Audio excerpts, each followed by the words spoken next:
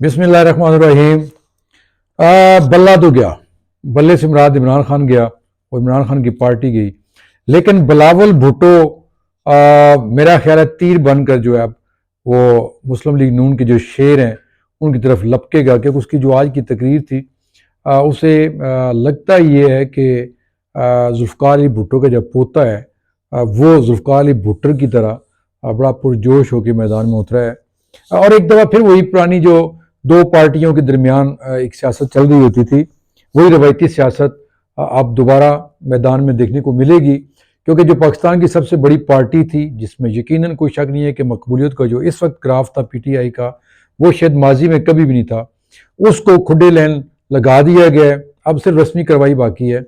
लेकिन बिलावल भुट्टो ने जिस तरह नवाज शरीफ को अब ललकारा है, आप कह सकते हैं कि क्या पता ये मिली भगत ही हो, क्योंकि पीपल्स पार्टी के पास खोने को कुछ ज़्यादा नहीं है, सिंध उनके पास है, फेडरल में भी वो अपना मर्जी का हिस्सा लेते आए हैं हमेशा से, बलूचिस्तान में ऑलरेडी आसिफ जरदारी की गेम चलती है। लेकिन आज जिस तरह बिलावल भुट्टो ने ये कहा है कि ये कैसा शेर है जो शिकार करने के बजाय छुप के बैठा है और मैदान में नहीं निकल रहा, और जो 3 बार नाकाम हुआ उसको चौथी बार वज़ीर-ए-आज़म कौन बनाया, क्यों बनाया जा रहा है। अब ये जो लफ्ज़ उन्होंने बोला ना, क्यों बनाया जा रहा है, तो यही तो सारी गेम है इसके अंदर कि यहाँ बनाए जाते हैं और हटाए जाते हैं, और उस दौरान जो कुछ इस मुल्क के साथ होता है वो सबके सामने है। अब लाहौर से बिलावल भुट्टो जरदारी इलेक्शन लड़ने का ऐलान कर चुके हैं और वहाँ से उन्होंने कागजात भी जमा करवाए हुए हैं। मुझे ये लगता है कि वो अहम तरीन सीटें जहाँ पर पीपल्स पार्टी और मुस्लिम लीग नून के लोग आमने सामने होंगे,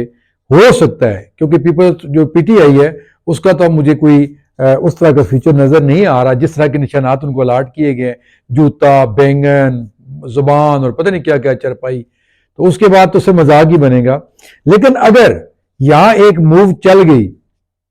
और पीटीआई की क़यादत ने कह दिया कि वो जो बड़ी सीटें हैं जहाँ पर नवाज शरीफ, मरियम नवाज,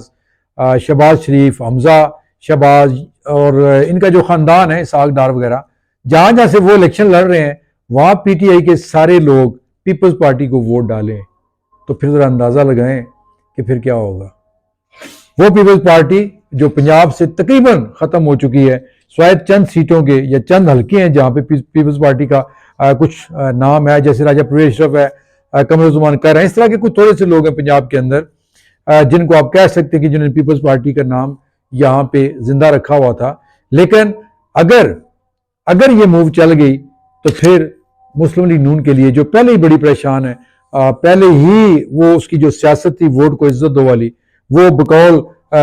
शेर मरवत बढ़ चुकी है, तो फिर ये और बढ़ जाएगी।